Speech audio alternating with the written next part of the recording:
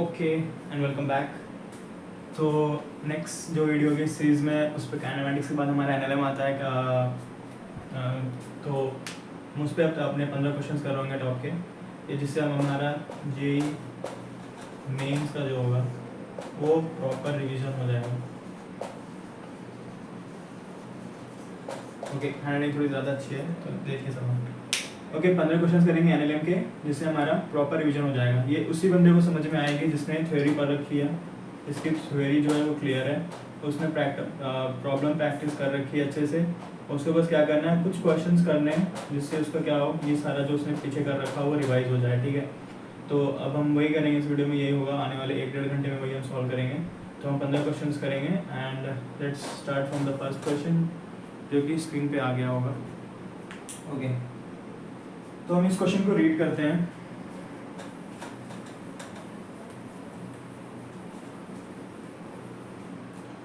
तो पहला क्वेश्चन ये है कि when forces F1, F2, F3 are acting on a particle of mass m such that F2 and F3 are mutually perpendicular, then the particle remains stationary. Then the particle remains stationary if the force F1 is now removed, then the acceleration of the particle is okay. So इसमें हमें ये दे रखा है कि when forces तीन forces हमें दे रखे हैं F1, F2, F3। एक मिनट,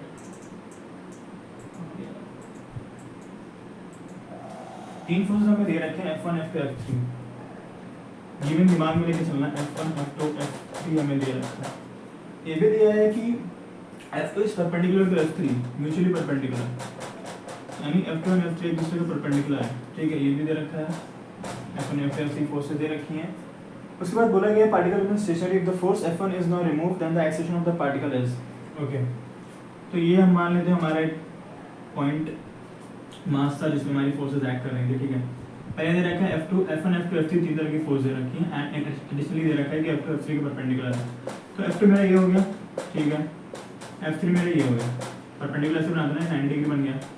ठीक है, और एक फोर्स F2 और F3 तो हमने कर दिया, इस पॉइंट मास पे लगा दिया, F1 बचा रह गया। ठीक, F1 को हमें लगाना है ऐसे जिससे ये हमारा जो कन्फिग्रेशन है फोर्सेस का, ये इस पार्टिकल को इक्विलिब्रियम पोजीशन पे रखें, इक्विलिब्रियम पे रखें। ठीक है, तो F1 मान लेते हैं कहीं भी होगा, ऐसे मान लेते हैं कहीं होगा ऐसे ही, क्योंकि इसका अपोजिट में होना चाहिए तब ये पार्टिकल क्या रहेगा, इक्विलिब्रियम पे होगा। तो ठीक है, ये हमारा F1 था, ये F2, ये F2, ये F3। ठीक है, हैंडराइटिंग इंपॉर्टेंट नहीं है, कंसेप्ट इंपॉर्टेंट है, समझ में आ रहा होगा, इतनी अच्छी हैंडराइटिंग तो होगी। F1, F2, F3 हो गया, F2 F3 के परपेंडिकुलर है, पार्टिकल F1 दे रखा है एंड पूछा है if the force F1 is now removed then the acceleration of the particle is, ये इक्विलिब्रियम में था भाई। ऐसे हमने क्या करा, F1 को हटा दिया, हमने F1 को यहाँ से हटा दिया। ठीक है, F1 यहाँ से हट गया। अब बताइए ना, इसको पहले चलो F1 जो था ये इक्विलिब्रियम पे था, तो इस पार्टिकल पे F1 एक्ट कर रहा था। ठीक है, वेक्टर लगा के लिखेंगे, F2 एक्ट कर रहा था। ठीक है भाई, F3 एक्ट कर रहा था। ठीक है भाई, ये मास इनटू एक्सेलरेशन होता है ना, ये नेट फोर्स एक्ट कर रहा है into mass into acceleration. Particle equilibrium तो एक्सेलरेशन क्या हो गया, 0, तो उसको हमने क्या कर दिया, 0 वेक्टर के इक्वल कर लिया। ये मेरी क्या आई, फर्स्ट इक्वेशन आई। ठीक है, उसके बाद सेकंड कंडीशन हमें बताई गई कि उसके बाद हमने F1 को हटा दिया। तो F1 को हटा दिया तो पूछा है एक्सेलरेशन ऑफ द पार्टिकल क्या होगा। देखो, जब F1 था तो ये हमारा जो कॉन्फ़िगरेशन था वो इक्विलिब्रियम पे था। जैसे ही F1 हटेगा ये इक्विलिब्रियम में नहीं होगा और पार्टिकल इस कॉन्फ़िगरेशन में एक नेट फोर्स आएगा, जिस नेट फोर्स के चलते एक नेट एक्सेलरेशन आएगा और हमारा पूरा जो सिस्टम है वो मूव करने लगेगा। ठीक है, ये इक्वेशन दे रखी थी। अगर मैं इसको थोड़ा छेड़छाड़ करूँ तो मैं ऐसे लिख सकता हूँ F2 plus F3 equal to minus of F1। ठीक है, अब सेकेंड कंडीशन जो हमें बताई गई है उसमें हमारे दो ही फोर्स एक्ट कर रहे हैं, F2 एंड F3। इन दो फोर्सेस की वजह से कुछ नेट फोर्स लगेगा और उसी से नेट एक्सेलरेशन आएगा, उसी वजह से हमारा सिस्टम मूव करेगा। तो ठीक है, F2 प्लस F3 हमारा लग रहा है, कुछ नेट F नेट लगेगा जिसकी वजह से मेरा मास होगा कुछ, एंड मासलेस नहीं था ये। ठीक है, पॉइंट मास था, A नेट आएगा। ठीक है, हमें यही निकालना है, F नेट क्या लग रहा है, F2 एंड F3। हम यहाँ पर लिखेंगे F2 प्लस F3, जिससे आएगा मेरा M। अरे मैंने M पे क्यों वेक्टर बना दिया, फिजिक्स ही चेंज कर दी, M इंटू A नेट। ठीक है, F2 प्लस F3 किसके बराबर है, F1 के। माइनस ऑफ F1, ठीक है, डिवाइड ये हो जाएगा। उसके बाद मुझे ए नेट निकालना है, तो मैं पूरी इक्वेशन को m से डिवाइड कर लूँगा, ये हो जाएगा minus F1 by M equal to F2 plus F3 by M equal to A net. मेरा नेट डिसीजन क्या आ गया, या तो वो इसके बराबर होगा या इसके बराबर होगा। मैं अब ऑप्शन देख लेते हैं हम क्या क्या दिया हुआ है। ऑप्शन में दे रखा है कि ऑप्शन में दे रखा है F1 by M, F3 m by F1, F2 minus F3 by M, F2 by M. देखो 3 नहीं होगा, 4 नहीं होगा, 2 नहीं होगा, ये दे नहीं रखा है हमें F2 प्लस F3, ठीक है, क्योंकि ये तो पता चल रहा है कि F2 प्लस F3 की F नेट आएगा, उसके वजह से ये आएगा। बट हमने इसका रिलेशन यहाँ से निकाला क्योंकि पहली कंडीशन हमें दे रखी थी, वहाँ से इसके इक्वल आया। तो ए नेट मेरा हो रहा है माइनस F1 बाई एम, ठीक है, माइनस F1 बाई एम होना चाहिए, बट साइन नहीं दे रखा उन्होंने, क्योंकि उनको मैग्नीट्यूड ही पूछना हो रहा होगा सिर्फ, तो उन्होंने क्या बता दिया F1 बाई ऑप्शन में दे रखा है, तो पहला ऑप्शन हमारा करेक्ट हो जाएगा। तो करेक्ट आंसर क्या हो गया, फर्स्ट वन, ठीक है। तो यहाँ से मेरा फर्स्ट क्वेश्चन क्या हो गया, कंप्लीट हो गया। नेक्स्ट क्वेश्चन में चलते हैं। क्वेश्चन स्क्रीन पे आएगा, उसको देखना है, पढ़ना है, रीड करना है, सॉल्व करना है, फिर आंसर तक पहुँचना है, चूज़ करना है, फिर मेरे सॉल्यूशन का वेट करना है, फिर आंसर मैच करना है। सही है तो ठीक है। देखो आंसर मैच करना बड़ी बात नहीं है, आंसर मैच करना is not be that much important. हमारा इंपॉर्टेंट चीज़ क्या है यहाँ पे कि जो मेरा अप्रोच हो वो सही हो, प्लस कंसेप्ट सही हो, ठीक है। इसके बाद मेरा आंसर सही आ रहा है तो कोई प्रॉब्लम नहीं, क्योंकि आंसर तो सही आ जाएगा, थोड़ा बहुत करके आ जाता है आंसर सही, बट और फॉर्मूला रट के भी आंसर आ जाता है। बट अगर अप्रोच और कंसेप्ट लैक कर रहा है तो आगे जाके दिक्कतें होती हैं। ऐसे इस चैप्टर क्या होता है, हम सुपरफिशियली हमें ये रहता है कि हमारा ठीक है चैप्टर रेडी हो गया, बट वो रेडी नहीं होता एक्चुअल में। तो ठीक है, ये फर्स्ट हमारा क्वेश्चन हो गया, हम आगे बढ़ते हैं। तो हमारा नेक्स्ट क्वेश्चन आता है, a block of mass m is pulled along a horizontal friction surface by a rope of mass m. If a force P is applied at the free end of this rope, the force exerted by the rope on the block is, and चार options है हमारे पास, ठीक है। पहले तो हमें दे रखा है ब्लॉक ऑफ मास m। इतना पढ़ेंगे तो हमारे दिमाग में कुछ इमेज बननी चाहिए। ये मान लेते हैं सरफेस है जिस पे मेरा ब्लॉक रखा हुआ है, जिसका मास क्या है m, इतना मैंने लिख लिया। इस pulled along horizontal friction surface लिखा है इन्होंने, बट एक्चुअल में मैंने इसको जब किया सॉल्व किया तो वो फ्रिक्शन लेस होना चाहिए, क्योंकि यहाँ अगर फ्रिक्शन है सरफेस में तो कोई मतलब नहीं आएगा, ठीक है, क्योंकि इन्होंने म्यू नहीं दे रखा है उसका कि फ्रिक्शन कोएफिशिएंट क्या है, वो नहीं दे रखा है, तो फ्रिक्शन लेस मान नहीं सकते हैं। फ्रिक्शन लेस सरफेस है जिसको हमने रोप ऑफ मास m से खरीदा, मैंने यहाँ पे लगा दी रस्सी, ठीक है, ये रस्सी लगा दी, एंड इसका भी मास क्या है m है, इसका मास m है। और उसके बाद क्या दे रखा है, देखो ऐसे क्वेश्चन को ब्रेक करते हैं। पहले दिया था m लॉस को बनाया, फिर रोप बनाया जिसका मास था m, ठीक है, ये दो चीज़ हो गई। अब आगे बढ़ते हैं। If a force p is applied at the free end of the rope, free end of the rope ये, और कह रहा है यहाँ पर अगर मैंने p फोर्स लगा दी, इस डायरेक्शन में मेरी p फोर्स लग रही है, ठीक है, वेक्टर से बनाएंगे क्योंकि force is a vector. p force लगा दिया हमने at the free end of the rope, force exerted by the rope on the block. अब ये पूछ रहा है कि ये रस्सी जो होगी इस ब्लॉक पे कितना फोर्स लगा है, यानी ये पूछ रहा है कि यहाँ पे इन दोनों के इंटरफेस पे ये जो पॉइंट है, इसको मैं यहाँ ले लेता हूँ, ठीक है, यहाँ पे जो फोर्स लगा है, लेट्स से हम कह देते हैं F लगाया, वो इसकी वैल्यू कितनी भाई साहब हमें ये बता दीजिए, ठीक है। क्वेश्चन में ये दे रखा था, and this is second question, 1 और 2 तो सेम ही दिख रहा है, ठीक है। ये यहाँ पे हमारा फोर्स पूछा हुआ है, यहाँ पे दे रखा है, क्वेश्चन को हमने इतना करा है, डिक्रिप्ट करा है अभी, ठीक है। अब हम सॉल्यूशन पे बढ़ते हैं, ठीक है। ये m मास का था, स्मॉल m ये कैपिटल है, ठीक है।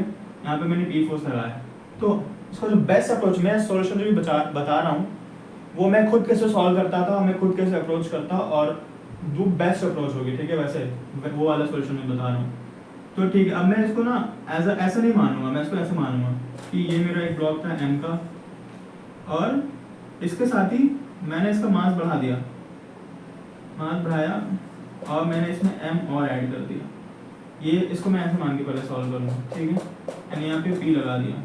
अप्रोच क्या है, देखो अप्रोच मैंने नहीं बताया। अप्रोच ये है कि हम पहले इस पूरे सिस्टम का एक्सेलरेशन निकालेंगे, नेट एक्सेलरेशन जो इस p फोर्स की वजह से आ रहा है। नेट सिस्टम क्या है, ये मेरा सिस्टम है जो कि इस p फोर्स की वजह से मूव कर रहा हो किसी एक्सेलरेशन से, मैं उसका a नेट निकाल लूँगा, ठीक है।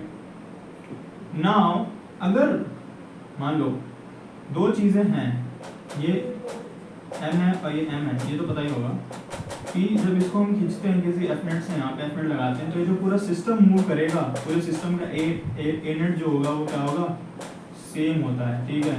तो भाई ये जो है वो भी सेम एक्सेलरेशन से एक्सेलरेट होगा, यहाँ पे जो पार्टिकल होगा वो भी सेम एक्सेलरेशन से एक्सेलरेट होगा, वरना क्या होता है कि दोनों चीड़ फाड़ के निकल जाएंगे आगे पीछे, ठीक है, वो नहीं होना चाहिए सिस्टम में। तो इसलिए सारे लोग एक साथ मूव करते, देखो बस में 4 लोग बैठते हैं और बस के 4 लोग सेम तरह से एक्सेलरेट होते हैं जब बस एक्सेलरेट होती है, तो वही सेम का सब यहाँ पे भी लग रहा है, ठीक है।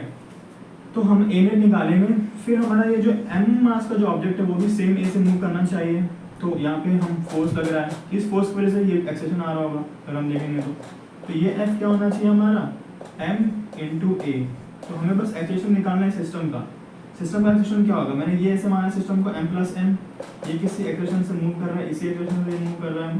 तो अब ये नेट मास है, नेट एक्सेशन, नेट पी, इसकी इक्वेशन क्या बनती है, P equal to M plus M into A. Okay, मेरा एक्सेशन क्या आ गया, this P by M plus M. अब मैं इस एक्सेशन को यहाँ पुट करूँगा तो मेरा एफ क्या आ जाएगा, M P divide by M plus M, ये कैपिटल एम थे, ये भी कैपिटल एम है, स्मॉल है, ये मेरा एफ नेट आ गया जो कि इस इंटरफेस को होगा, यानी ये फोर्स रिस्पॉन्सिबल है यहाँ पे इस पॉइंट पे जो इस मास को खींच रहा है। देखो ये फोर्स उसी मास को खींचेगा जो इसके पीछे होगा, इसके पीछे डायरेक्शन में होगा, क्योंकि बॉल इधर जा रही है, ये इसके लिए रिस्पॉन्सिबल नहीं होगा जो यहाँ पे मास इकट्ठा है, इस मास के लिए है क्योंकि इसको इस डायरेक्शन में ले जा रहा है, ठीक है। तो उससे हमारा करेक्ट आंसर ये हो जाता है, ऑप्शन मैच कर लेना। एंड हम मूव करते हैं थर्ड क्वेश्चन पे। क्वेश्चन आ गया होगा स्क्रीन पे। थर्ड क्वेश्चन हमारा ऐसा है, rocket with a lift of mass 3.5 × 10⁴ kg, इसका मास दे रखा है, is blasted upwards with an initial acceleration of 10 meter per second square, then the initial thrust of the blast is। देखो इसमें पूछा गया है थ्रस्ट, ये हमारा थर्ड क्वेश्चन है, ठीक। थ्रस्ट जो कि बेसिकली फोर्स होता है, यहाँ पे फोर्स ही है वो, ठीक, इस क्वेश्चन के लिए। Rocket with the lift of mass 3.5 × 10⁴ kg, यानी ये मेरा रॉकेट है,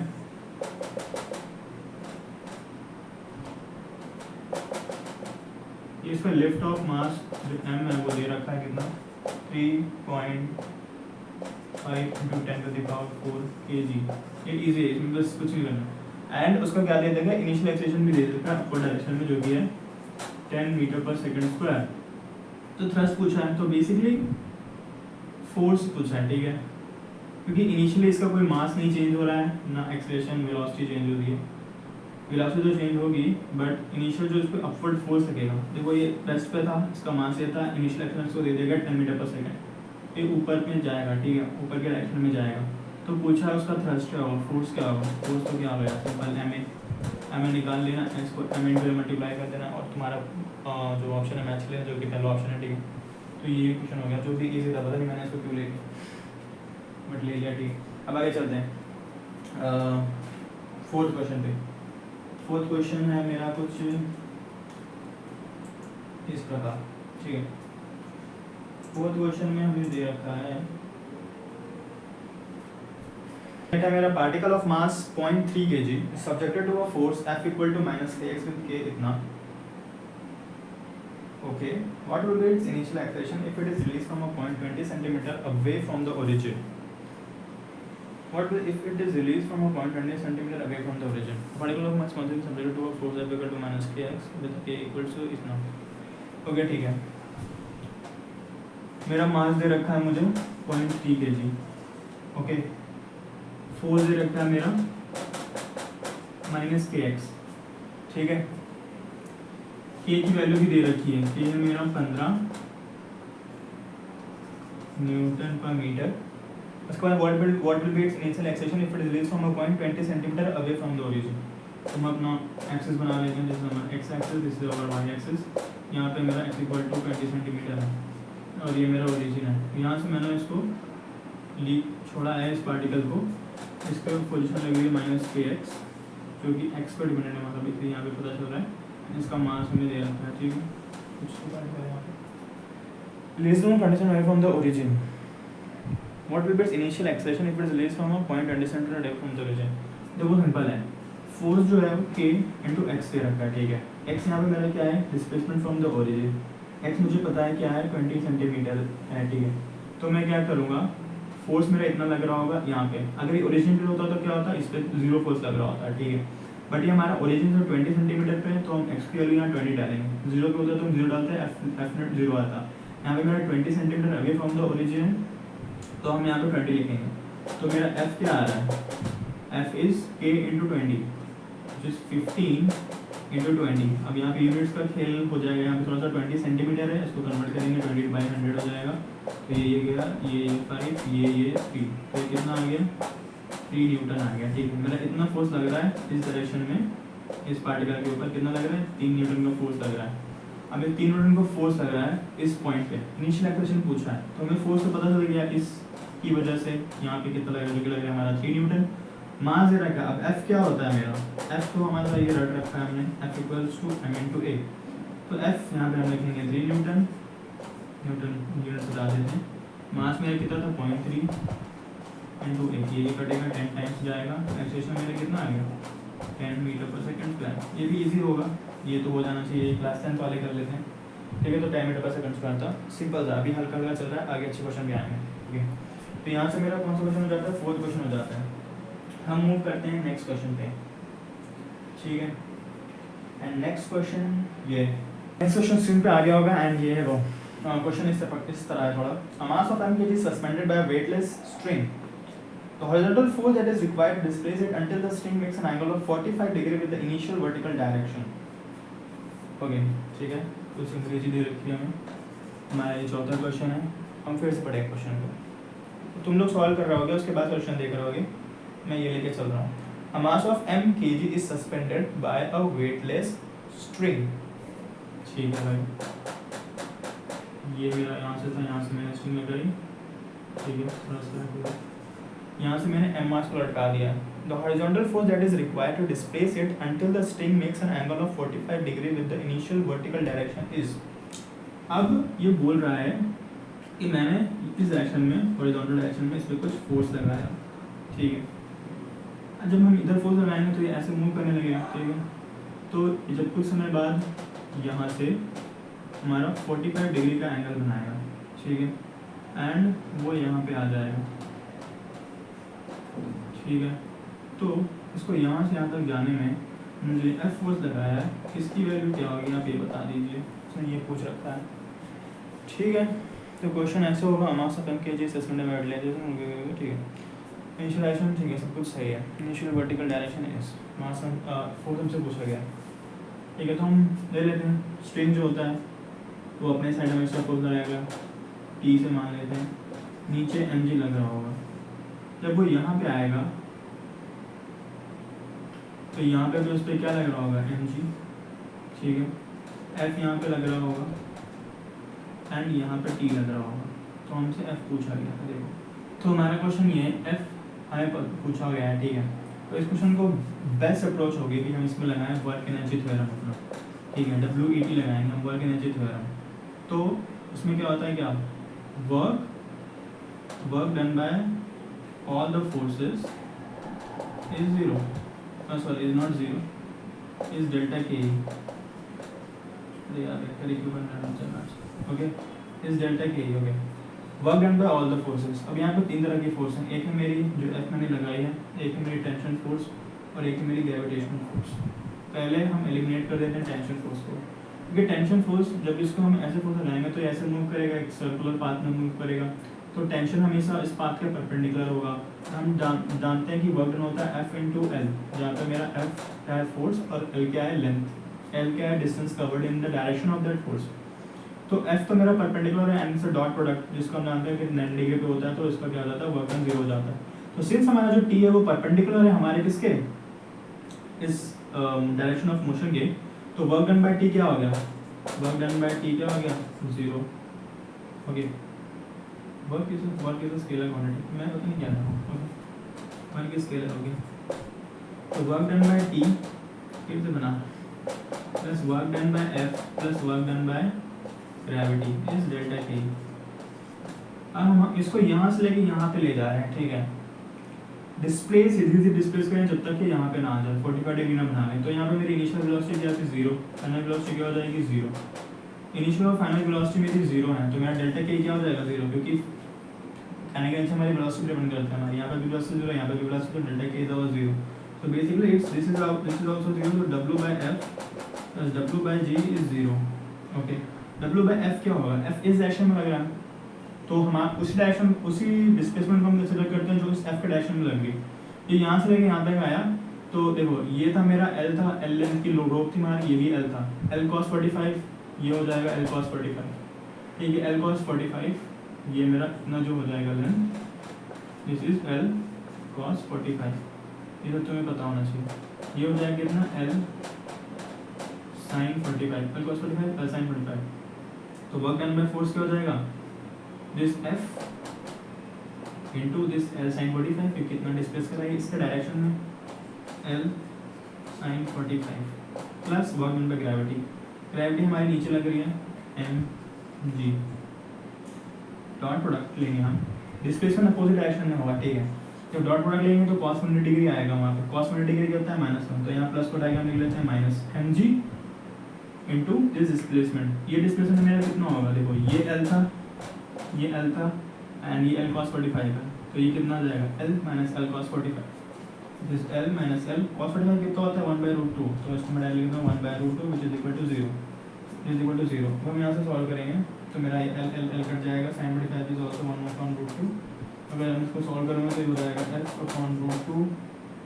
ओके, ये हट चुका है यहाँ से, माइनस L भी हट चुका है mg √2 minus 1/√2 is equal to 0. √2 गया, F इक्वल टू कितना आ गया mg √2 माइनस 1.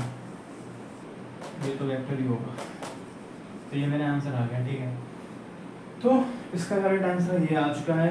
होप कि क्वेश्चन सॉल्व हो रहा है. ओके, क्वेश्चन सॉल्व नहीं हो रहे हैं तो इस वीडियो को यहीं पे रोक दो, जाओ थ्योरी पढ़ो, कुछ क्वेश्चन सॉल्व करो, पहले कंसेप्ट को समझ के आओ एंड देन यहाँ पे आओ एंड देन क्वेश्चंस को सॉल्व करो तो होंगे. अभी तो इजी हो रहा है, भी नहीं हो रहा है तो तुम्हारा सिलेक्शन नहीं होगा फिर. ओके, नेक्स्ट क्वेश्चन हमारा स्क्रीन पे आ जाएगा जो कि इस प्रकार है. अ ब्लॉक ऑफ मास m, थोड़ा बड़ा सा क्वेश्चन है तो तुम पढ़ लेना, चलो मैं पढ़ लेता हूँ. A block of mass m is connected to another block of mass capital M by spring दे दी गई of spring constant K. The blocks are kept on a smooth horizontal plane. Initially the blocks are at rest, okay, and the spring is unstretched. When a constant force F starts acting on the block of mass M to pull it, find the force on the block of mass M. Okay, so basically वही है. Okay, so ये हम मान लेते हैं हमारा ground है. यहाँ पे हमें दे रखा है ब्लॉक ऑफ मास M, इसका मास M है, यहाँ पे मेरी स्प्रिंग है एंड हमारा इसका मास क्या है M है. ठीक है, यहाँ पे मैंने क्या लगा दिया है, कांस्टेंट फोर्स लगा दिया है जिसका F मान लेते हैं. ठीक है, तो हमसे पूछा गया है कि यहाँ पे फोर्स क्या होगा एंड हमारी जो क्या कहते हैं स्मूथ हॉरिजॉन्टल प्लेन हो गया तो देयर इज नो फ्रिक्शन. हो गया, F एक्ट कर रहा है, start acting on the block of mass M, तो bullet find the force on the block of mass M. इस M पे क्या फोर्स लग रहा है बोलेगा ना, सो इसको मैंने स्मॉल f मान लिया. ठीक है, दिस इज स्मॉल f. ठीक है, हमें ये करना है. अब देखो ये मैं ये कन्फ्यूजन मेरा, मैं इस पे f लगा रहा हूँ तो जो स्प्रिंग होगा वो इस पे बैकवर्ड डायरेक्शन में फोर्स लगाता है, इसको हम दे देते हैं kx. ठीक है, एंड ये kx इसको आगे खींच रहा होगा. ठीक है, तो यहाँ से मेरा निकल कर आ जाता है F इक्वल टू kx. ठीक है, तो पहले तो मैं इसका क्या पूछा हमसे, find the force on the block of mass M. Okay, तो ये भी क्वेश्चन पहले वाले क्वेश्चन की तरह है जो एक हमने कर रखा है पास में, उसमें बस इसके लिए क्या था स्ट्रिंग दे रखा था मेरे ख्याल से. ठीक है, तो अब हम इसको भी एक पूरे सिस्टम हम इसको पूरा सिस्टम मानते हैं. ठीक है, तो इस पूरे सिस्टम पे मैंने क्या लगा है F फोर्स लग रहा है और दिस इज ऑल्सो सेम. तो ये कर ली हो गया. I don't think there is a need to explain this question. Okay, so F लग रहा है तो इससे हम लगाएंगे F equals to M plus M A. अब आप पूछोगे कि इसको कहाँ नहीं लेकर आ जा रहा है, इसको इसलिए लेकर आ जा रहा है क्योंकि इंटरनल फोर्स है. देखो ये इसको भी इस डायरेक्शन में खींच रहा है, इसको भी डायरेक्शन में खींच रहा है, तो इसका जो नेट फोर्स लग रहा है ना इस सिस्टम में, इसलिए 0 क्योंकि ये एक इंटरनल फोर्स है. इंटरनल फोर्स का नेट वर्क बनाना इस सिस्टम में 0 क्योंकि वो इंटरनल फोर्स है, क्योंकि वो दोनों डायरेक्शन में फोर्स लगाता है. वो एक दो ऑब्जेक्ट है अगर, तो वो इसको इस डायरेक्शन में खींच रहा है और डिस्प्लेसमेंट ये हो रहा है, तो इसको इस डायरेक्शन में खींच रहा है, डिस्प्लेसमेंट सेम हो रहा है, एंड फोर्स सेम है, डिस्प्लेसमेंट सेम है, बस इसका डायरेक्शन अलग है। तो जब हम ऐड करेंगे एक पॉजिटिव एक नेगेटिव, तो इंटरनल फोर्स होने की वजह से वो फोर्स पूरा कैंसिल हो जाता है, ठीक है। तो हमारा नेट फोर्स इस पर ये लग रहा है, हमने पूरा सिस्टम को ये माना कि ऐसे मूव कर रहा है, ठीक है। तो ये सिस्टम ऐसे मूव करते जा रहा है, ठीक है, कांस्टेंट फोर्स है। इसका भी एक्सेशन सेम होना चाहिए, ठीक है। तो इसका एक्सेशन भी क्या हो जाएगा, यहाँ से हम निकाल लेंगे F divided by m plus capital M। अभी इस एक्सेशन से एक्सेलरेट कर रहा है, यहाँ पे फोर्स पूछा है, इसका मास है, तो फोर्स हम क्या निकाल देंगे, इसका मास इनटू एक्सेलरेशन, तो ये भी सेम ही क्वेश्चन है, ठीक है, रिपीटिशन हो गया, और ठीक है, जिसको वो नहीं आएगा उसको, बस यहाँ पे थोड़ा इससे कन्फ्यूजन होता है, बट आंसर हमारा सेम ही आएगा, सेम ही सॉल्यूशन, सेम टाइप के आंसर आता है, ठीक है। एक क्वेश्चन भी हो गया होगा, मूव करते हैं नेक्स्ट क्वेश्चन पे। क्वेश्चन नंबर पे नहीं जानना चाहिए, नहीं तो पता नहीं। ओके,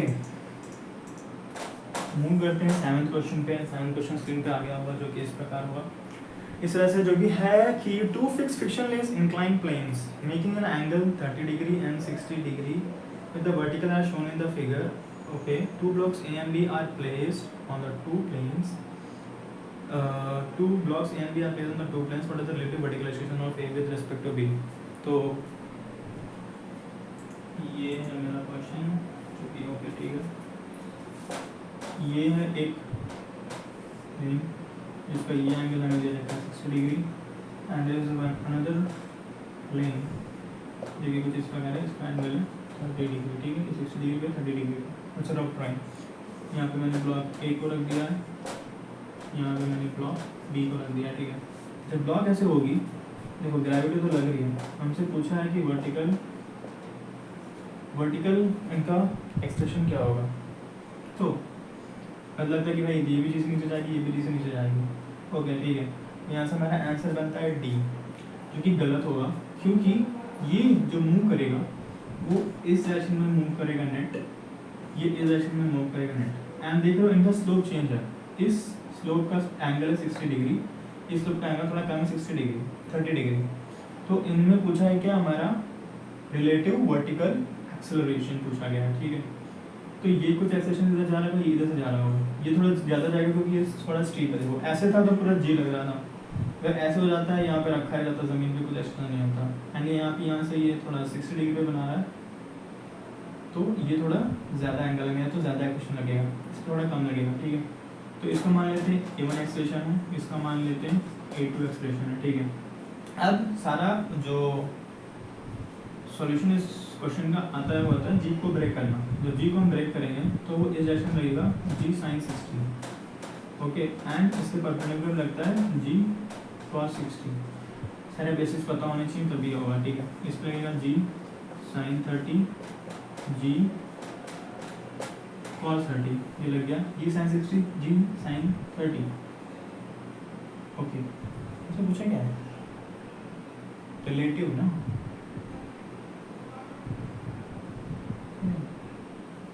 ये जी साइन 60 था, ये जी साइन 30 था, इस डायरेक्शन में ये मूव कर, इस अलॉन्ग दिस स्लोप ये क्या कर रहा हूँ, ये एक्सीलरेट कर रहा हूँ, ठीक है। उसके बाद क्या होता है कि हमसे पूछा गया है कि इनका क्या होगा, आप हमें बताइए कि इनके बीच में रिलेटिव एक्सेलरेशन कितना है, ठीक है।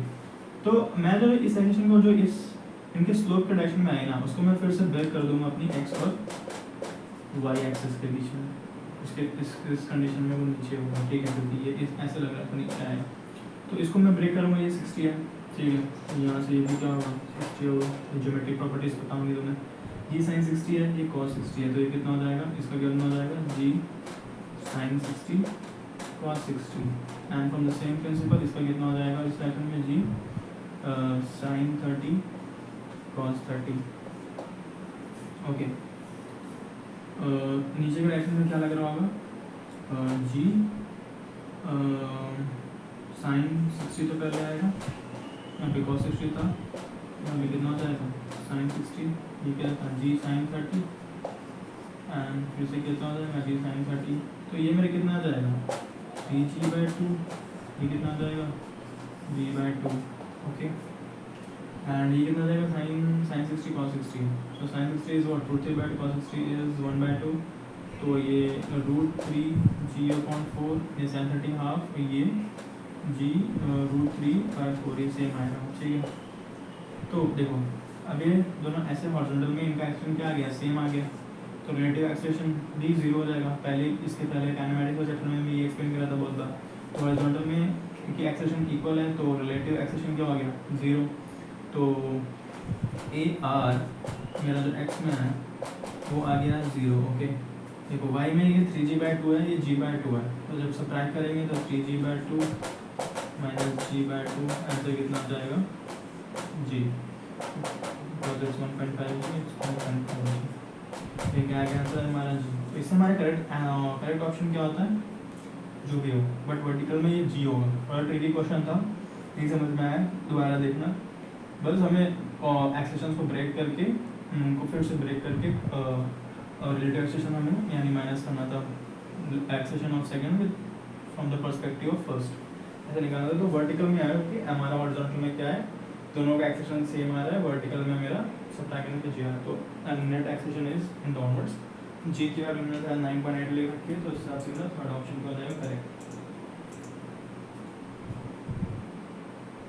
ओके।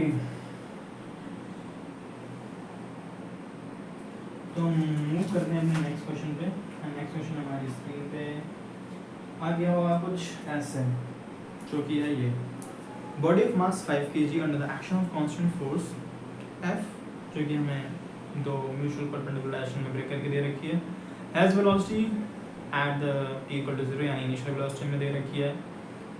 जब ऐसे ब्रेक करना होता है, जैसे मैं ब्रेक कर रहा हूँ t=0 यानी इनिशियल एक्सेलरेशन f दे रखा है, f को fx और fy i cap j cap direction में दे रखा है, उसको ब्रेक करके दे रखा है, बॉडी का मास दे रखा है, जो जो दे रखा है उसको पहले अपने दिमाग में सजाते जाना कि ये मुझे दे रखा है, 5 kg मास दे रखा है, f दे रखा है fx i cap fy j cap, initial t=0 पे वेलोसिटी दे रखी है, यानी वो इनिशियल वेलोसिटी है उसकी, और हमसे एंड एट 10 मीटर/सेकंड भी उसकी वेलोसिटी में दे रखी है, ठीक है। एंड उन वेलोसिटी का भी डायरेक्शन दे रखा है आई कैप जे कैप, और पूछ रखा है कि फोर्स एफ मेरा क्या है, यानी फोर्स एफ निकालने के लिए मुझे फोर्स एफ जो है वो म्यूचुअल परपेंडिकुलर डायरेक्शन में ब्रेक करके दे रखा है एफ एक्स और एफ वाई।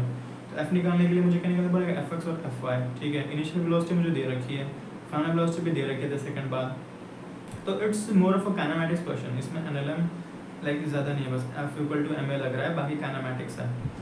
तो अगर इसको हम सॉल्व करेंगे तो लेट्स सॉल्व दिस क्वेश्चन, जो कि मेरा कौन सा क्वेश्चन होगा, आई थिंक 8th क्वेश्चन है, 3, 3, 6, 2, 8 8th क्वेश्चन है मेरा ये। तो हाफ ऑफ द वीडियो यहाँ पे खत्म हो गई होगी। 8th क्वेश्चन मेरा चल रहा है बॉडी ऑफ मास 5 kg, यहाँ से क्वेश्चन थोड़े अच्छे हैं, इसमें थोड़ा मैथ्स ही है बस, एंड ब्रेक करना है, f = fx + i x i क्या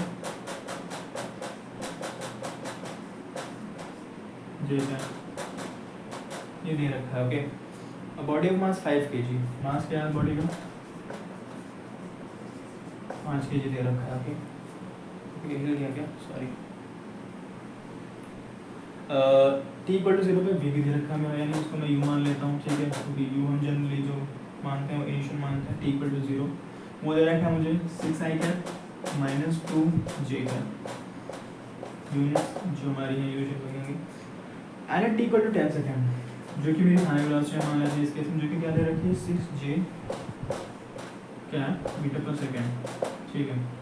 ये fx जो होगा वो i में, यानी i x डायरेक्शन में हम i क्या मानते हैं इसको j क्या कन्वेंशन लिया गया, ठीक है। तो fx जो होगा वो उस डिस्प्लेसमेंट के लिए रिस्पॉन्सिबल होगा जो मेरा i कैप डायरेक्शन यानी x डायरेक्शन में हो रहा है, fy जो होगा वो उस मोशन के लिए रिस्पॉन्सिबल होगा जो मेरा j कैप डायरेक्शन में हो रहा है, ठीक है।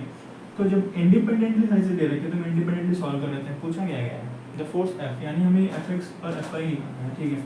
fx की वजह से क्या होगा, बॉडी के अंदर एक एक्सेलेरेशन आएगा ax, तो हमें ax निकाल लेंगे तो हमें fx पता चल जाएगा।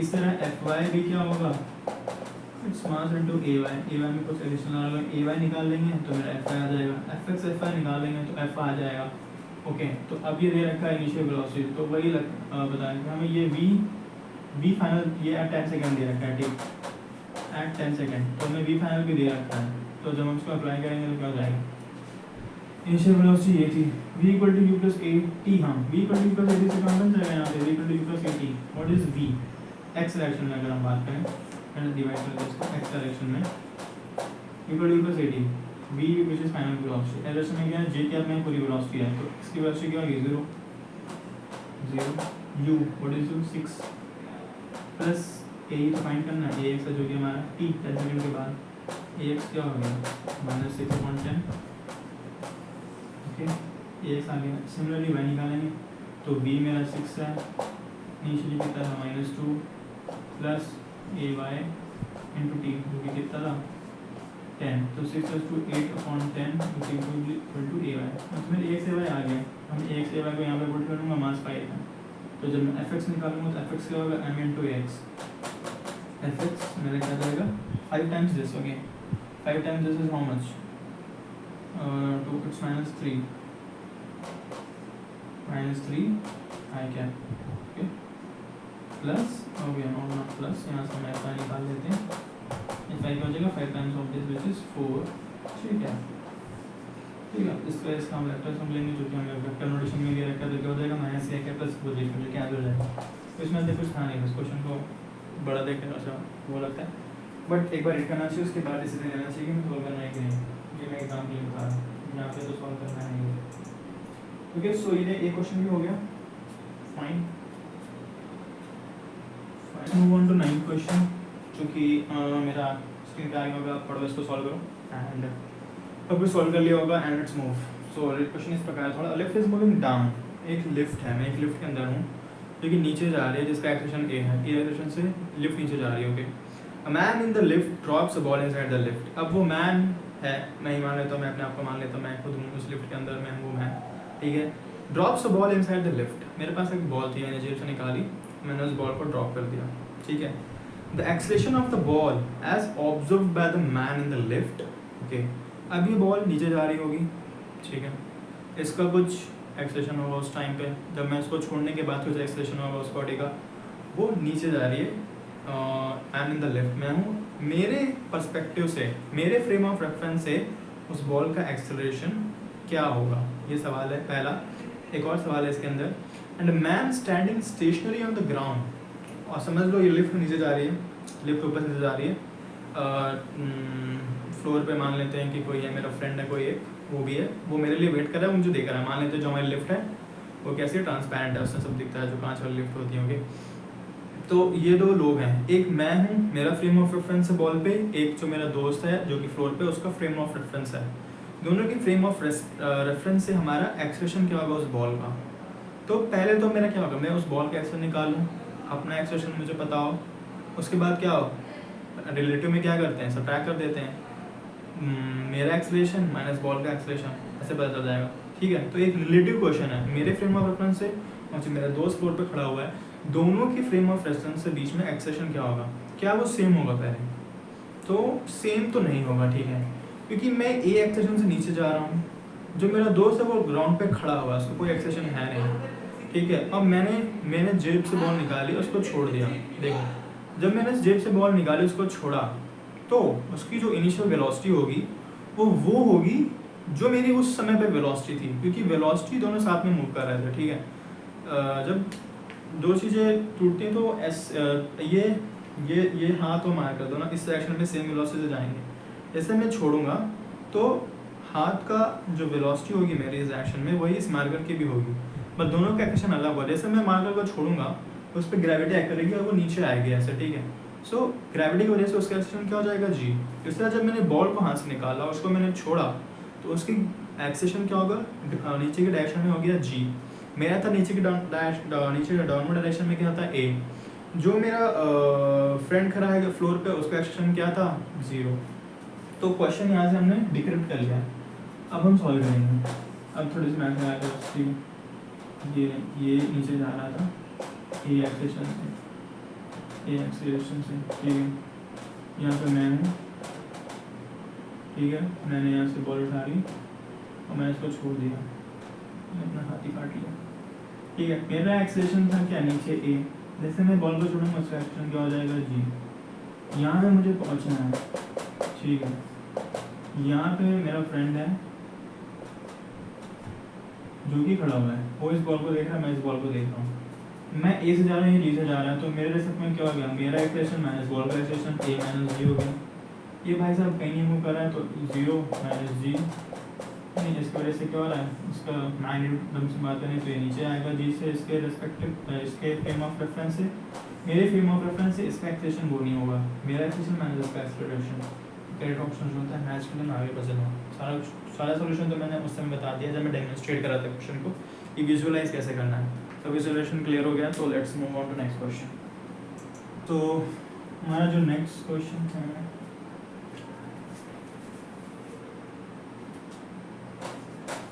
नेक्स्ट क्वेश्चन को मूव करते हैं, जो कि हमारा 10th क्वेश्चन होगा। 10th क्वेश्चन ऐसा है, कुछ रीड कर लिया होगा, सॉल्व भी कर लिया होगा, स्क्रीन पे आ भी गया होगा तो सॉल्व कर लिया होगा। एंड क्वेश्चन ये है, block is kept on a frictionless inclined surface with angle of inclination alpha. Okay, surface है हमारी, फर्स्ट हमारा ग्राउंड आएगा, फिर मेरा सर्कल आएगा जिसका एंगल ऑफ इंक्लिनेशन क्या दे रखा है, अल्फा दे रखा है। Okay, the incline is given an acceleration a, और उसमें हमने एक ब्लॉक रखा हुआ था, ठीक,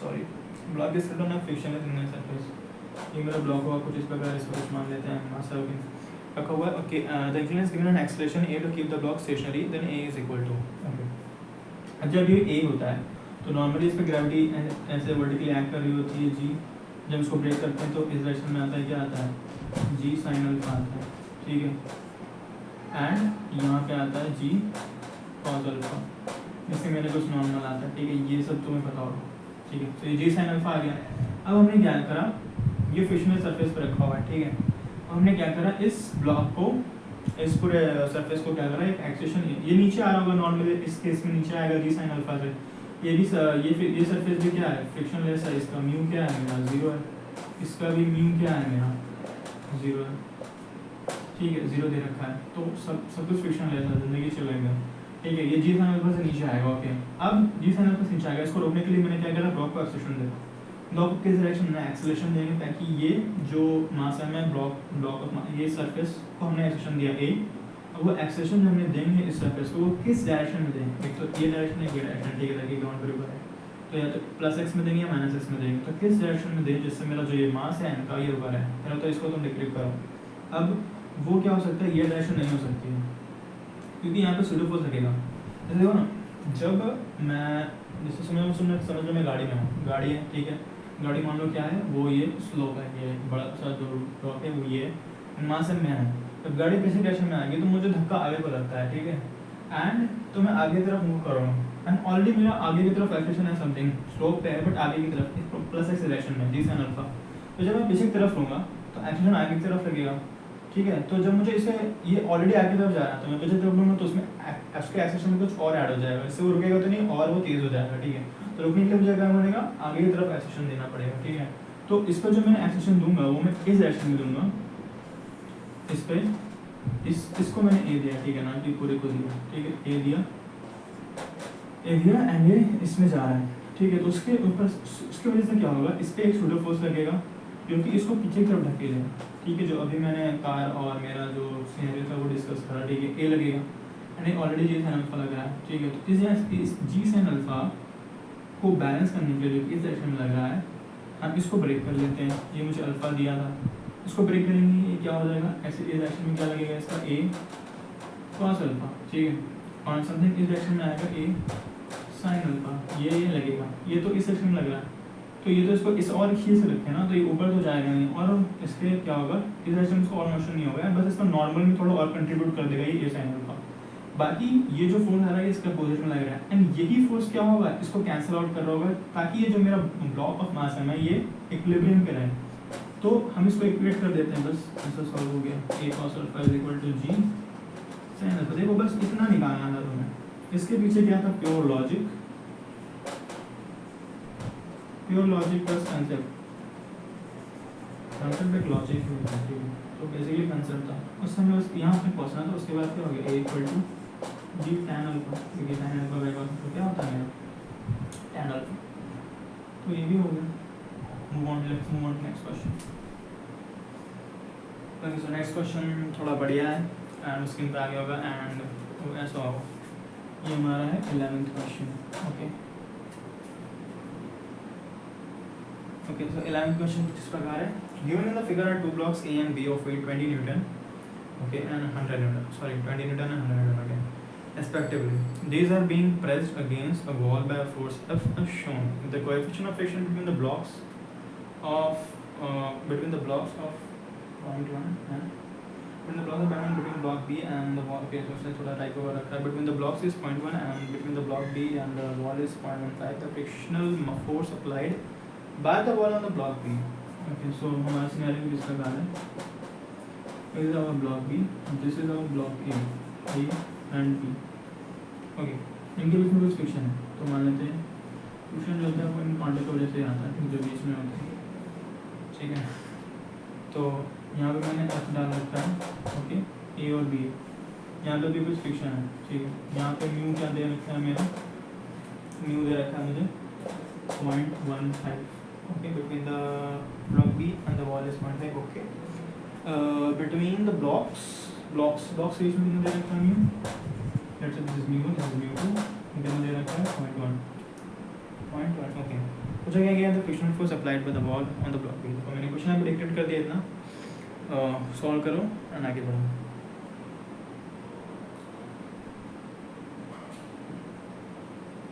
ओके, सो होप सॉल्व करा होगा. एंड देखो यहाँ पे 0.1 है, यहाँ 0.15 है. सारी चीज़ें इसका वेट दे रखा है, यानी इसका मास एंड डिस्टेंस दे रखा है 20 न्यूटन, इसका दे रखा है 120 न्यूटन. इसमें हमें ना डाइवर्ट करने के लिए बहुत सारी चीज़ें दी गई हैं. म्यू1 भी दिया गया, म्यू2 भी दिया गया, F भी दिया गया. बट हमसे यहाँ पे सिर्फ ये पूछा गया है कि यहाँ पे क्या फ्रिक्शन लगेगा F wall and the block B. तो पहला केस ये हो सकता है कि ये A और B जॉइंट हो. ठीक है, यानी क्या हो, F करेगा, इसको प्रेस करेगा. यहाँ पे 20 न्यूटन लग रहा है, तो ये 20 न्यूटन ऊपर लगना चाहिए. ठीक है, तो यही तभी यहाँ पे A रहेगा. जब ये यहाँ पे जो F लग रहा है इस एक्शन में, वो इसको भी ट्रांसफर होगा, B को भी ट्रांसफर होगा. तो ये F A पे लग रहा है, B पे लग रहा है. एंड यही नॉर्मल का काम करेगा, जब उसको लगेगा ना म्यू इंटू एन. तो एन यहाँ पे F एक्ट कर रहा है, F is acting as N here, so वो म्यू इंटू F हो जाएगा. बेसिकली वो भी एक्ट कर रहा है, जिसकी वजह से मेरा फ्रिक्शनल फोर्स आएगा यहाँ पे ऊपर.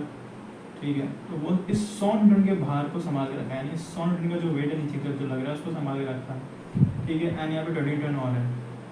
बट यहाँ पे एज अ होल इनके बीच में रिलेटिव मोशन तो जीरो है, यानी ये सिस्टम मेरा इक्विलिब्रियम में है. अब इक्विलिब्रियम में रहने के लिए दोनों मास सेम है, यानी इनके बीच में इंटरनल जो फोर्स है वो कैंसिल आउट कर रहा होगा. और ये जो मेरा पूरा जो टू बॉडी मास का जो सिस्टम है वो 1 बॉडी मास में कन्वर्ट हो जाएगा.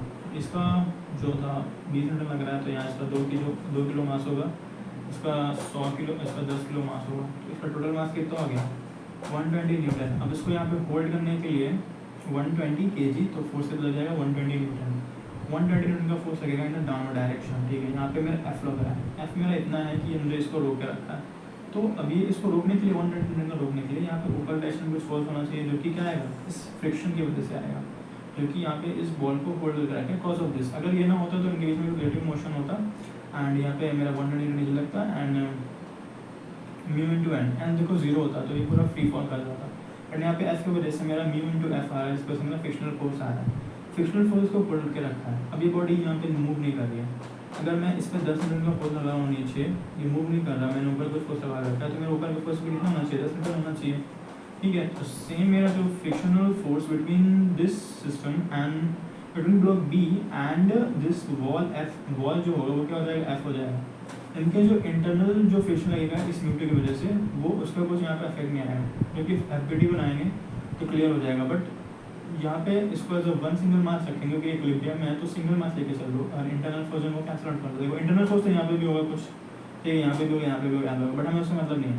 यहाँ पे भी होगा कुछ, होगा बॉडी में कुछ मास लग रहा होगा, ठीक है, फोर्स लग रहा होगा दोनों के, दो मास के बीच, ठीक है, तो होगा.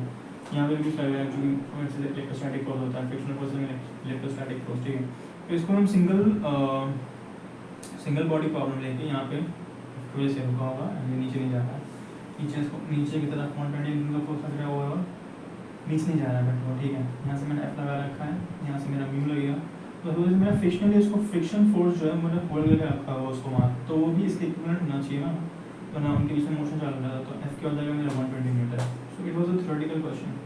ये डेटा सिर्फ फंसाने के लिए दिया गया था ताकि तुम उलझ जाओ. इसमें 4 इक्वेशन का 5 लिख लो, फिर भी आंसर निकल के आ जाओ. So the right answer is 120 newton. Okay, 10th question is done. Move to next question. सारा एक्सप्लेनेशन ये question. So let's move on to next question, which is our 12th question. जो कि हमारा ये है, इसमें दे रखा है light string passing over a smooth light fully connects two blocks of masses m1 and m2 vertically. Okay, if the acceleration of the system is g by and then the ratio of the masses is, तो जल्दी graph करेंगे क्योंकि मुझे बहुत सारा काम होता है एंड अभी क्वेश्चन रूप के सॉल्व कर दिस और पुली ये यहाँ पे होगा, ठीक है, पुली है यहाँ पे, इसका मास है m1, इसका मास है m2। ये क्वेश्चन में हमें इंग्लिश में दे रखा था, उसको हमने फिगर में कन्वर्ट कर लिया, m1 and m2 vertically. The acceleration of the system is g by f। मान लेते हैं ये इधर को डायरेक्शन आ गया, नहीं ये तो मासेस हैं, ये ऐसे मूव कर रहा है, ठीक है, नीचे जाएगा, ऊपर जाएगा, तो ये पूरा नीचे जा रहा है, ठीक है, ये ऐसे जा रहा है, तो इसका एक्सेलेरेशन हमें दे रखा है g by 8, ठीक है, दे रखा है आपके। पूछा गया है the ratio of the masses is, ये m1 और m2, यानी m1 अपॉन m2 क्या है, हमें ये बता दीजिएगा, हमने आपको इतनी इंफॉर्मेशन दे दी। ओके, तो पहला मुझे देखिए क्या आ रहा है, ई भाई ग्रेविटी तो है, तो यहाँ पे वो फोर्स लगाएगी, अपना काम करेगी ग्रेविटी m1g, इस पे काम करेगी m2g, m1g m2g हो गया, ठीक है। नेट ऐसे ऐसे मूव कर रहा है, ठीक है, तो क्या मैं इसको कैसे मान सकता हूँ कि मैंने ये बॉडी ली, ये बॉडी ली, इसका मास m1 है, इसका मास m2 है, इनको स्ट्रिंग से जोड़ दिया जो कि ऐसे जुड़ा हुआ है, मैंने इसको ऐसे मैंने खोल दिया, इस पर मैंने फोर्स लगा रहा हूँ m1g, इस पर दूसरी तरफ फोर्स लगा रहा हूँ m2g, बट मेरा जो पूरा सिस्टम है एज अ होल वो मूव कर रहा है इस direction with a which is g by 8। तो मैं क्या करूँगा, मेरे पास एक बॉडी इस डायरेक्शन में फोर्स लगा, इस डायरेक्शन में फोर्स लग रहा है, बट मेरा नेट डायरेक्शन क्या है, मूवमेंट का वो राइट डायरेक्शन में। तो बेसिकली इसलिए पता चलता है कि राइट वाला फोर्स जो होगा, इसका जो मैग्नीट्यूड है वो लेफ्ट वाले से बड़ा होगा, तो दिस माइनस दिस हमारे कुछ एफ नेट आएगा which is equivalent to its mass and acceleration, वही हम यहाँ पे लगाएंगे, तो क्या हो जाएगा m1g minus m2g equal to m1 plus m2 into this a which is g by 8। तो पहले तो ये लिखते हैं m1g minus m2g equal to m1 plus m2 into a which is g upon 8।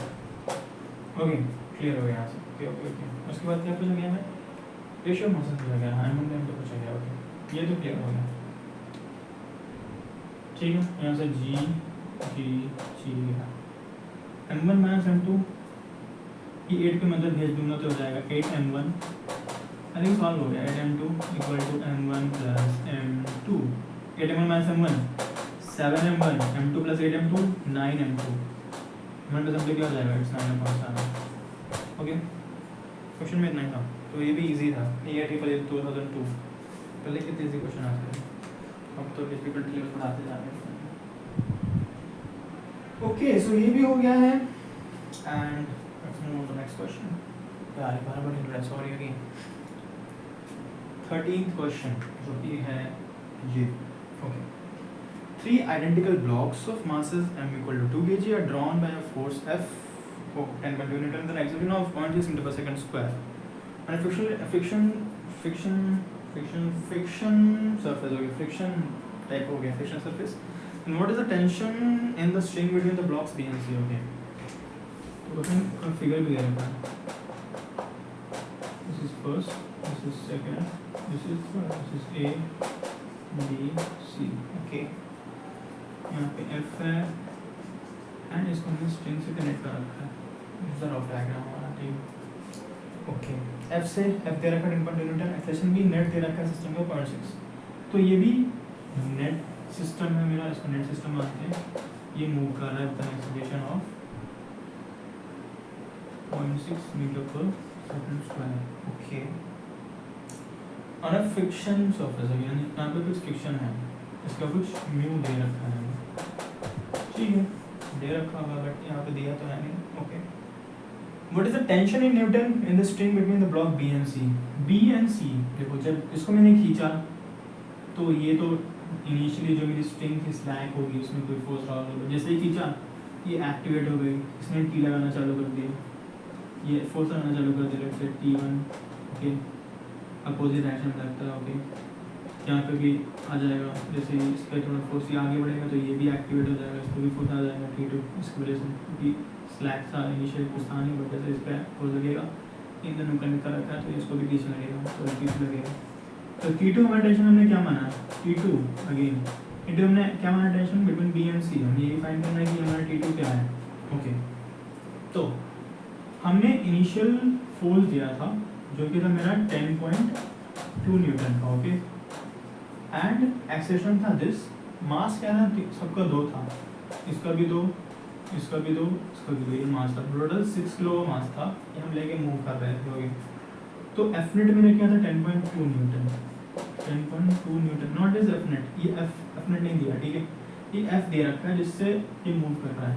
अब यहाँ पे कुछ फ्रिक्शन फोर्स भी आया हुआ है बिकॉज ऑफ दिस म्यू, क्योंकि बैकवर्ड में लगेगा म्यू इंटू एन, ठीक है, यहाँ पे भी लगेगा म्यू इंटू एन, यहाँ पे भी लगेगा mu into N, mu N mu N mu N, कितने म्यू हो गए 3 mu, 10.2 minus 3 mu N.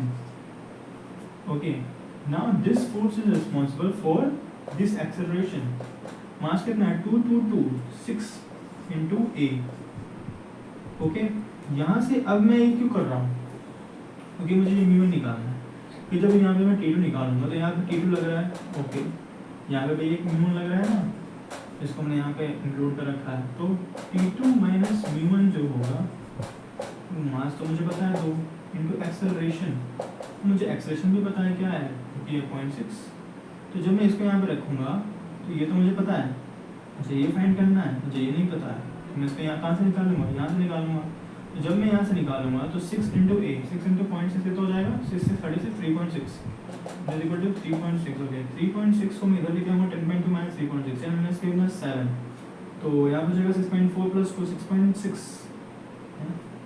6 point कितना होगा 6 से होगा ना, या 6.6 इक्वल टू 3 म्यू एन, मुझे म्यू एन पता चल गया, इसमें डिवाइड करूँगा 2.2 हो जाएगा, म्यू एन को मैं यहाँ पुट करूँगा कितना हो जाएगा 2.2 को मैं इधर लेके जाऊँगा तो कितना हो जाएगा 2.2 प्लस 2 इंटू ए, ए क्या है 0.6, ये कितना हो जाएगा और 1.2 हो जाएगा, ठीक है, 1.2 कितना हो जाएगा 3.4 answer.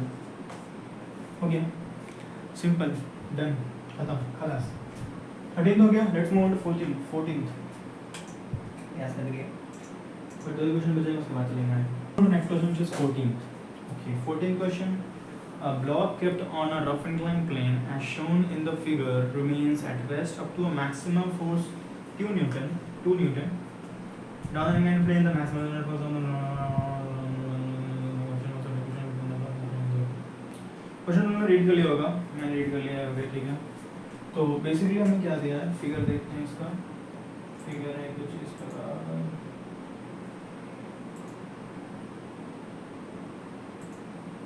okay, so figure is this,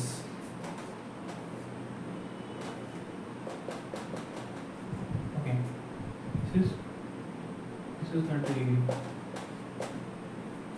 and ये हमारा ब्लॉक है तो 60 डिग्री लगा है। Okay, so let's move it and let's make this 30 degree, ये मेरा ब्लॉक है एंड ओके, ठीक है, ब्लॉक है, इससे कुछ म्यू है,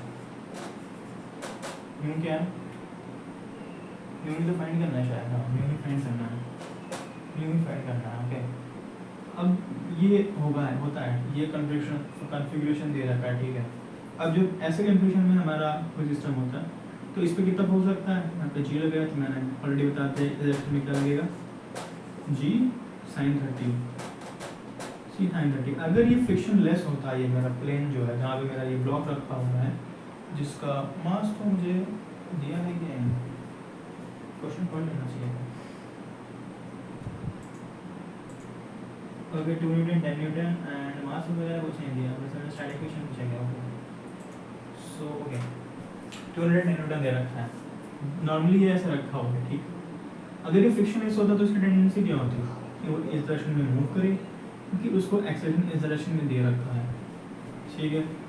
बट बिकॉज ऑफ फ्रिक्शन क्या होगा, यहाँ पे फ्रिक्शन है, तो जब ये इस डायरेक्शन में मूव करने की कोशिश करेगा तो वहाँ पर फ्रिक्शन भाई साहब बताएंगे, बोलेंगे नहीं हम आपको नहीं मूव करने देंगे, तो ये उसको पीछे तरफ ले जाएगा, ठीक है, पीछे तरफ ले जाएगा एंड इस तरह से मेरा इक्विलिब्रियम में रहेगा, ठीक है। तो इस ब्लॉक को इस पॉइंट पे, इसके बाद ये तो अभी इक्विलिब्रियम पे है, इसको मुझे नीचे लाने में 2 न्यूटन का फोर्स एक्स्ट्रा देना पड़ रहा है फर्स्ट केस में। तो फर्स्ट केस में क्या हो गया, मेरा जी साइन 30 लग रहा था, यहाँ पे म्यूएन यहाँ पे कुछ लग रहा था, ओके समथिंग कुछ था वो, ओके जी साइन 30 म्यूएन लग रहा था। और जो म्यूएन जो होता है ना, ये मैक्स होता है, ठीक है, म्यूएन जो होता है ये मैक्स फ्रिक्शनल फोर्स लग रहा हो, मैक्स फ्रिक्शनल फोर्स लेके चल, म्यूएन जो होता है मेरा, मैं लेके चल रहा हूँ ये कि ये हमारा मैक्स फ्रिक्शनल फोर्स लगता है, ठीक है, जी साइन 30 लग रहा था। एंड ये रिलेटिव होता है, जितना इधर लगाओगे उतना ही लगेगा, मैक्स लिमिट तक इतना जाएगा, अगर इससे ज़्यादा लगा दोगे तो सिस्टम हमारा मूव करने लगता है। जी साइन 30 लगा था, म्यू लगा था, बट ये इससे कम था तो ये रुका हुआ था, तो हमें एडिशनल 2 न्यूटन का फोर्स और ऐड करना पड़ा इस डायरेक्शन में, जिससे ये मेरा जो ब्लॉक है वो इस डायरेक्शन में मूव करने लगे। तो मेरी इक्वेशन क्या बनेगी, इसका मान लेते हैं मासा में M G sine 30 plus 2 newton equal to mu into N. अब देखो एन तो तुम्हें बताओ कि एम जी कॉस 30 लगा, एम जी कॉस 30, ठीक है, mu N, N is what M G cos 30, this is our first equation. Okay, next case में क्या हो रहा है कि अब मैं इसको ऊपर के साइड खींच रहा हूँ, ठीक है, तो ऑलरेडी जी साइन 30 इधर लग रहा था, इसको नीचे लाने की कोशिश कर रहा था, जैसे मैंने इसको ऊपर की तरफ करना चालू करा तो फ्रिक्शन क्या करेगा ना, अपना डायरेक्शन चेंज कर लेगा, ठीक है, फ्रिक्शन अपना डायरेक्शन चेंज करेगा और वो इस डायरेक्शन में लगने लगेगा। तो g sine 30 plus this mu N max frictional force equal to हमारा 10 न्यूटन होगा, ठीक है, यानी इसको यहाँ से मूव करने के लिए मुझे 10 न्यूटन का फोर्स देना पड़ रहा है। तो ये तो जी साइन 30 तो पहले से लग ही रहा था, तो M G sine 30 plus this mu जो होगा वो बट डायरेक्शन पलट लेगा, वो नीचे की डायरेक्शन में लगने लगेगा, mu M G cos 30 equal to what 10 newton का फोर्स आ रहा था, उसको हटाने के लिए वहाँ से वो मिल नहीं रहा था। ओके, कुछ लोग होते हैं जो मिलते नहीं हैं, इसमें से हमारा ये था। ओके, तो दो इक्वेशन आ गए यहाँ से, तो म्यू आ जाएगा, देखो एम एम जो है वो तो है, ये वो कैंसिल हो जाएगा उस केस में। अगर मैं इसको F1 मानूँ, इसको मैं F2 मानूँ, तो F1 plus 2 is F2, F2 minus F1 क्या हो जाएगा, F2 माइनस F1 मेरा हो जाएगा 2 एंड F1 प्लस F2 मेरा क्या हो जाएगा 10। अगर मैं इसको ऐड करूँगा तो मेरा F2 क्या हो जाएगा 6, अगर मेरा F2 6 है तो मेरा F1 क्या होना चाहिए 4। ओके ठीक है, ये हो गया। F1 मेरा क्या था, F1 मैंने इसको माना था mg sin 30, this is basically mg/2, F1 is what mg/2, mg/2 is how much 4, तो mg मेरा कितना हो गया 8, mg मेरा कितना हो गया 8। तो F2 मेरा क्या था, F2 मेरा था ये mu mg cos 30, mu mg cos 30 is how much √3/2। Okay, तो ये कितना आया था, F2 कितना आया था 6 आया था, 6 mg में कितना निकाला था 8, इसको मैं हटा के 8 लग दूंगा, 8 2 to 4 6/4 √3 which is what my mu, so मेरा निकलेगा 2 ये 3 √3, तो मेरा म्यू कितना आ गया √3/2। तो 14 क्वेश्चन में यहाँ पे हो गया। तो बेसिकली इसमें यही करना है, ठीक हो गया होगा। Let's move on to next question. Okay let's go. Okay so this is last question जो भी स्क्रीन पे आ गया होगा एंड एक थोड़ा सा बड़ा सा दिखने में, बट वे दो सिनेरियो में दे रखे हैं एंड ओके क्वेश्चन पढ़ लिया होगा तुम लोगों ने। ओके क्वेश्चन दे रखे हैं ब्लॉक ऑफ मास 5 kg, दो सिनेरियो दे रखे हैं, पहले में हमने उसे पुश करा, 20 न्यूटन का फोर्स दोनों केस में लगाया, बस उनकी डायरेक्शन चेंज कर दी ना। उसके डायरेक्शन चेंज होने से क्या होगा, मेरा जो n होगा, जो नॉर्मल फोर्स होगा वो दोनों केस में अलग आएगा। सिंस देखो फ्रिक्शनल फोर्स लगता है म्यू इनटू n, जब मेरा n दोनों केस का अलग होगा तो फ्रिक्शनल फोर्स भी अलग लग रहा होगा, एक में कम लग रहा होगा एक में ज़्यादा लग रहा होगा, जिससे मेरा जो नेट क्या पूछा है इसमें बिटवीन डिफरेंस बिटवीन एक्सेलरेशन, तो इससे क्या होगा, मेरा पहला वाला एक सिस्टम क्या होगा ज़्यादा तेज़ मूव करेगा, एक कम मूव करेगा, तो उनके बीच में रिलेटिव एक्सेलरेशन कुछ आएगा। तो relative acceleration is what difference between their accelerations, वही पूछा गया है in case B and case A. G में 10 मीटर पर सेकंड का दे रखा है। Okay so let's draw the diagram and solve it. और डिवाइड लेते हैं बोर्ड को half of this. Okay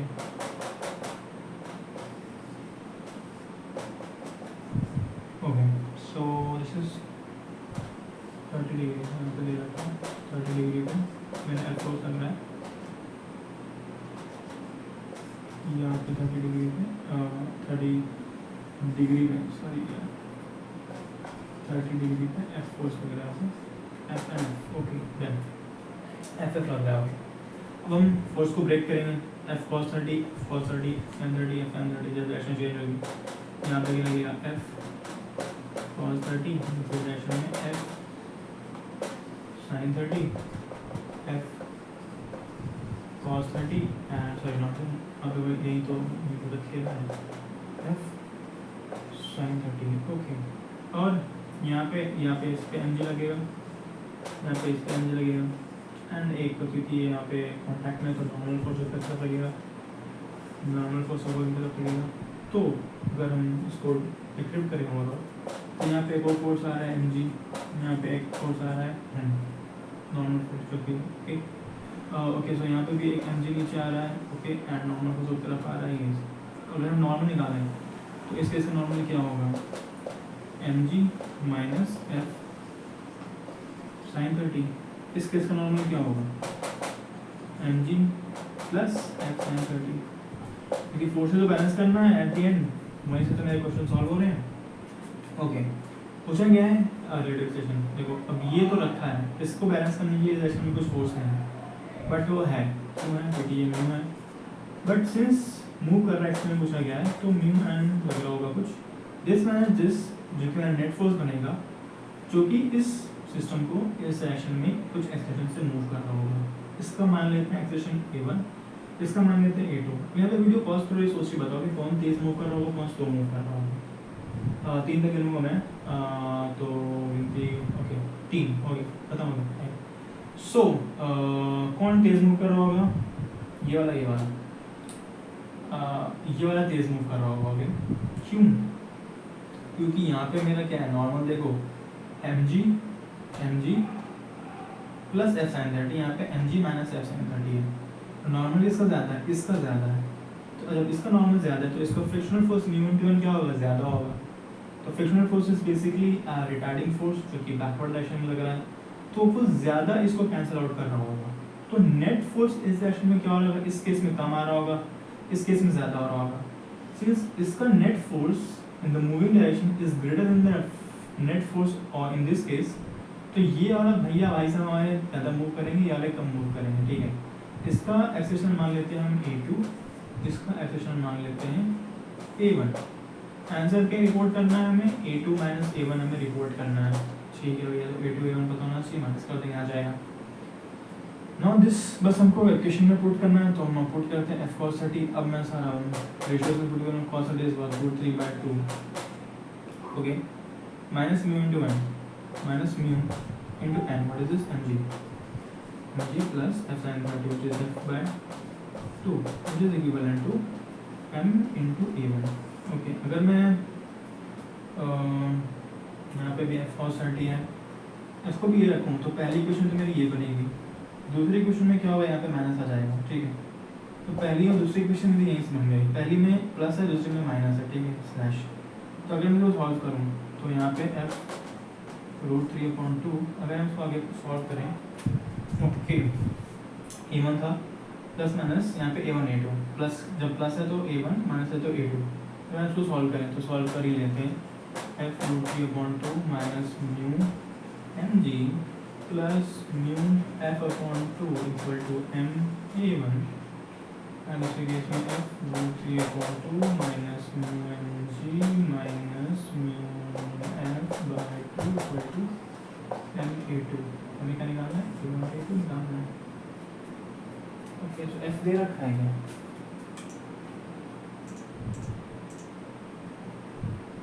f तो दे रखा है f इज 20 तो f√3 में कितना हो जाएगा मेरा 10√3 तो it's basically 10√3 minus mu m दे रखा है क्या m तो m भी दे रखा है ओके mg mg कितना देगा 50 minus 50 mu plus mu f/2 mu कितना था मेरा म्यू का फाइंड करना है 50 म्यू प्लस f/2 f कितना था मेरा 20 तो म्यू f/2 कितना हो जाएगा मेरा 10 plus 10 mu is M is what 5 A1, ये भी मेरा कितना हो जाएगा 10√3 माइनस माइनस कितना लगेगा 16। यहाँ पर अगर मैं नेट लिखूँ तो वो हो जाएगा मेरा 40 म्यू इक्वल टू मेरा 582। अगर म्यू भी दे रखा है क्या, म्यू भी दे रखा है 0.2, तो 40 का 0.2 कितना होता है 8, तो यहाँ पे हो जाएगा मेरा 8।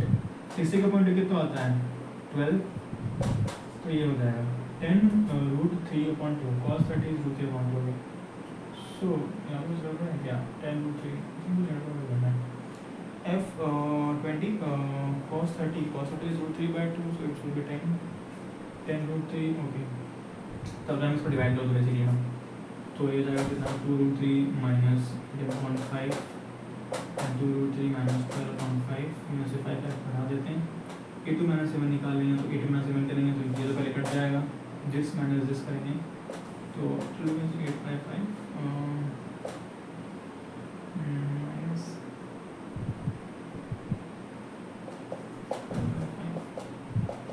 5 माइनस का आ रहा है, ठीक है, तो डायरेक्शन में फर्क है बस, तो 4/5 इज हाउ मच 0.8, ऐसा क्या हो गया सी। सो यहाँ पे हमारी एनएलएम की भी जो प्रॉब्लम सॉल्विंग था वो कंप्लीट होता है। इसके बाद हम लाएंगे सर्कुलर मोशन एंड उसका सॉल्व करेंगे। So till then question solve करते हैं, सर्कुलर मोशन की भी वीडियो आएगी। अभी तो एनएलएम एंड काइनेमेटिक्स हो गया हमारा 15 क्वेश्चन, 30 क्वेश्चन हो गए हैं। एंड क्वेश्चन कैसे थे ये भी बताना, हुए नहीं हुए ये भी बताना, एंड जो भी प्रॉब्लम हो कमेंट सेक्शन में ज़रूर बता देना। वीडियो आती रहेंगी, अपलोड होती रहेंगी। Okay, till then bye bye, see you, good night, good afternoon, good morning, जो भी हो।